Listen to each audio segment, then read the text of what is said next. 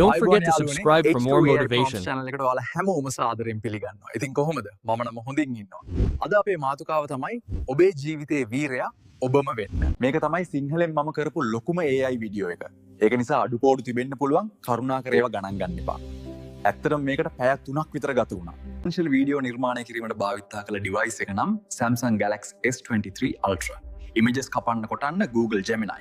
videos ටික හදාගන්න Flow, Pattern, Veo 3.1 කපපු කොටපු ඒවා එකතු කරන්න VN Studio. එහෙනම් ඉතින් අපි දැන් වීඩියෝ එකට යමු. ගොඩක් මිනිස්සු කැමති අපි උන්ගේ අත අල්ලගෙන ඉස්සරහට යනවට නෙමෙයි. අපි පස්සෙන් ඇවිත් උන්ගේ අත අල්ලගෙන උන් ඉස්සරහට යනවට. ඒක එයාලට ප්‍රශ්නයක් නෙමෙයි. ඒක එයාලගේ මුළු රංගපෑමේ අවසානය. අපි අත ඇරියොත් උන්ගේ වීරවත්වය කියන සිංහාසනේ බිමට වැටෙනවා. ඒත් මේක මතක තියාගන්න.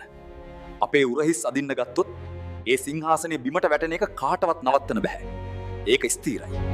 අවුරුදු ගානක් අපි අපේ වටිනාකම අනිත් අයගේ බොරු දස්කම් වෙනුවෙන් පූජා කළා ඇති. මේ තමයි ඒක නවත්වන්න කාලය. කමංගේ ශක්තිය නැගිටින්න බැරි අයට හැමදාම අනුන්ගේ පපුව පොළොවට වදිනකම් ඉස්සරහට යන්න දෙන්න බෑ. අපි තවදුරටත් කාගේවත් වීර කතාවක අමතර චරිත නෙමෙයි. අපේ අනාගතය අප විසින්ම ගොඩනගා ගත යුතුයි.